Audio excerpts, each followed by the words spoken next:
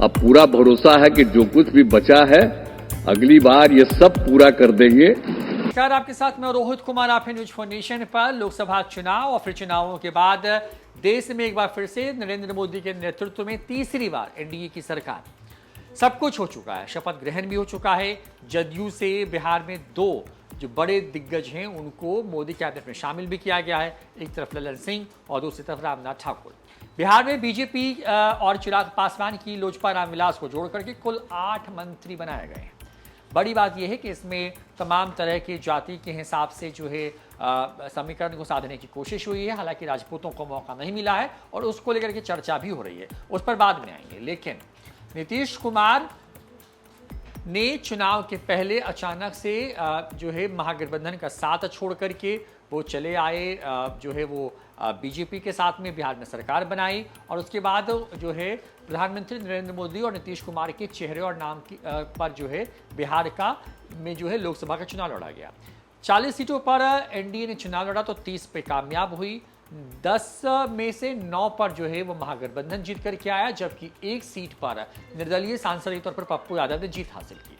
लेकिन हम बात कर रहे हैं कि नीतीश कुमार ने प्रधानमंत्री नरेंद्र मोदी को लेकर के कई मंचों से कहा था चुनाव प्रचार के दौरान कि हम बीच में इधर उधर चले गए थे, अब हमेशा के लिए इधर ही चले आए हैं। उस पर खूब प्रधानमंत्री नरेंद्र मोदी भी ठहाके लगाते नजर आए। नतीजे बीजेपी के हिसाब के नहीं आए। उत्तर प्रदेश, बिहार और राजस्थान जैसे राज्यों में जो है बीजेपी को बड़ा झटका लगा, तो पश्चिम बंगाल में भी बीजेपी की सीटें कम हो गई। खुद के दम पर वो जादुई आंकड़ा 272 का भी नहीं छू पाई बीजेपी। तो दूसरी तरफ जो है बीजेपी 400 पार का जो नारा दे रही थी उसमें भी कामयाब नहीं हुई। नीतीश कुमार की जरूरत महसूस हुई क्योंकि उनके पास कुल 12 सांसद हैं। इसके साथ साथ टीडीपी जो है आंध्र प्रदेश में चंद्रबाबू नायडू की पार्टी है और वो भी जो है इन चुनावों में 16 सीटों पर जीत के आई है। पहली बार हुआ है 14 के बाद जब नरेंद्र मोदी को सरकार चलाने के लिए जिन लोगों की ज़रूरत है, यानी कि जिन बैसाखियों की ज़रूरत है, उसमें टीडीपी और जदयू जैसी बड़ी पार्टियां ही मर्ज होकर के आई हैं। जाहिर तौर पर सब कुछ हो चुका है, शपथ ग्रहण भी हो चुका है, कैबिनेट में सब जो पूरा फॉर्मूला है वो भी तय हो चुका है। लेकिन अड़चन कहाँ पर है? दरअसल अड़चन इस बात को लेकर के है कि नीतीश कुमार जो हैं वो जिस बात को इशारे में कहने की कोशिश कर रहे हैं उसका मतलब क्या है, इसी को डिकोड करने की कोशिश करेंगे। दरअसल चाहे एनडीए दल की बैठक हो या फिर प्रधानमंत्री के तौर पर नरेंद्र मोदी को चुना जाना हो, या फिर जैसे ही प्रधानमंत्री नरेंद्र मोदी ने अपने दफ्तर में कार्यभार संभाला है, यानी कामकाज शुरू किया है तीसरे टर्म में, उसके बाद नीतीश कुमार का बयान हो, इन तमाम तरह के बयानों या इशारों से समझ में आता है कि नीतीश कुमार बिहार के लिए जो है कुछ बड़ा चाहते हैं और उसका इशारा वो बार बार जो है प्रधानमंत्री नरेंद्र मोदी को कर भी रहे हैं। केंद्र में नई सरकार के गठन के बाद हर स्तर पर बिहार के विकास से जुड़े हर मुद्दे पर खूब चर्चा हो रही है। सबसे अधिक नोटिस मुख्यमंत्री नीतीश कुमार के बयानों का लिया जा रहा है। बधाई के छोटे संदेश से लेकर के अपने संक्षिप्त संबोधन में भी वह बिहार के विकास की बात जोड़ते रहे हैं। बीते रविवार को जब केंद्र में नरेंद्र मोदी ने तीसरी बार प्रधानमंत्री की शपथ ली तो नीतीश कुमार ने अपने एक्स हैंडल पर उनके लिए बधाई का पोस्ट लिखा। इस बधाई संदेश के साथ उन्होंने यह भी जोड़ा कि नरेंद्र मोदी के कुशल नेतृत्व में देश विकास की नई ऊंचाइयों को पहुंचेगा और बिहार के विकास में भी पूरा सहयोग मिलेगा।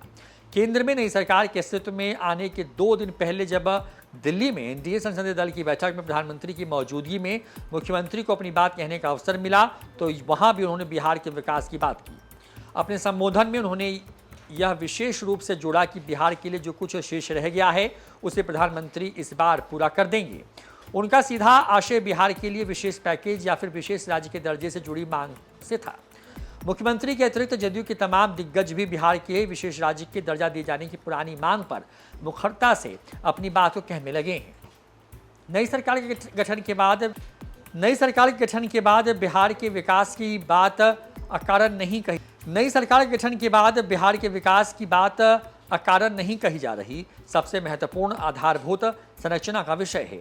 जब बिहार में डबल इंजन की सरकार नहीं थी तब पथ निर्माण विभाग ने भारतमाला योजना के तहत कई नई ग्रीनफील्ड सड़कों का प्रस्ताव सड़क परिवहन एवं राजमार्ग मंत्रालय को भेजा था। उन प्रस्तावों को अभी मंजूरी नहीं मिली है। इसी तरह कई पुराने एनएच प्रोजेक्ट के निर्माण की गति भी अभी धीमी है। गंगा पर 2 नए पुल का निर्माण भी कराया जाना है। निविदा की प्रक्रिया पूरी होने के बाद कार्यादेश भी हो गया है, पर यह जो काम है उसमें तेजी नहीं दिख रही। इसी तरीके से स्वास्थ्य सेक्टर में दरभंगा के एम्स के निर्माण का भी मामला है। जाति आधारित गणना के बाद गरीबों की पहचान कर उन्हें स्वरोजगार के लिए राज्य सरकार 2-2 लाख रुपए की राशि उपलब्ध करा रही है। राज्य सरकार का मानना है कि अगर केंद्र सरकार उसे इस मद की राशि उपलब्ध करा देती है तो यह काम लक्ष्य से पहले पूरा हो जाएगा। इस तरह कई अन्य सेक्टर भी सीधे सीधे केंद्र से मदद की बात कह रही है। जाहिर तौर पर बिहार में जब ये लगा कि नीतीश कुमार के बगैर मोदी की सरकार नहीं बन पाएगी तो तेजस्वी यादव हो या विपक्ष का दूसरा नेता, सभी लोग बिहार को विशेष राज्य का दर्जा दिए जाने की मांग लगातार कर रहे हैं। बड़ी बात यह है कि इन मांगों के बीच में नीतीश कुमार ने खुद भी जो है प्रधानमंत्री के मोदी के सामने और अपने बयानों के माध्यम से इस बात को साफ कर दिया है कि बिहार में जो बचा खुचा काम रह गया है उसको पूरा किए जाने की जरूरत है। जाहिर तौर पर सरकार को बने हुए अभी कुछ ही घंटे हुए हैं, लेकिन जिस तरीके के बयान जारी किए जा रहे हैं और जिस तरह की बातें जदयू की तरफ से कही जा रही हैं, उसे लग रहा है कि बिहार को उसके हक को दिलाने के लिए इस बार बार्गेन पॉलिटिक्स करते हुए नीतीश कुमार और उनकी पार्टी जो है नजर आ रही है और उसमें जितनी जरूरत होगी उससे ये पार्टी चुकेगी भी नहीं। जाहिर तौर पर क्योंकि बिहार में जो है नीतीश कुमार बीजेपी के साथ जो है सरकार चला रहे हैं, तो दूसरी तरफ केंद्र में बीजेपी को नीतीश कुमार की जरूरत है। जाहिर तौर पर इन जरूरतों के बीच में बिहार की जरूरतों को लेकर के नीतीश कुमार ने कई दफे इशारा कर दिया है और उनके बयान में सुर मिलाते नजर आ रहे हैं बिहार में नेता प्रतिपक्ष तेजस्वी यादव भी। ऐसे में बिहार हक की बात कर रहा है, उसी हक की जो कि लंबे अरसे से मांगा जा रहा है। कई दफे बिहार ने अपने लिए विशेष राज्य का दर्जा मांगा, लेकिन इस दर्जे की मांग के बीच में जो है बिहार को ये कह के मना कर दिया गया कि बिहार को अगर दर्जा दिया गया तो कई और राज्य खड़े हो जाएंगे। 14 के चुनाव के बाद बिहार को विशेष पैकेज जो करीब 1.25 लाख करोड़ का था वो दिया गया। हालांकि ये मिला या नहीं मिला इसको लेकर के भी कई तरह के बयान होते रहे हैं। जदयू जब साथ होती है तो मिलने की बात करती है और जब साथ नहीं रहती है तो इसे बिहार के साथ कहा गया कि जुमला कहती है। तेजस्वी यादव की आरजेडी भी कुछ इसी तरीके की बात कह रही है। जाहिर तौर पर इन बयानों के बीच में अब देखना होगा कि जिस तरीके से नीतीश कुमार बिहार के लिए उसका हक मांग रहे हैं, तो क्या बैसाखियों के सहारे चल रही केंद्र की मोदी सरकार उनकी इन मांगों को पूरा करते हैं या फिलहाल टाल मटोल ही चलता रहेगा। फिलहाल इतना ही। देखते रहिए न्यूज़4 नेशन। नमस्कार।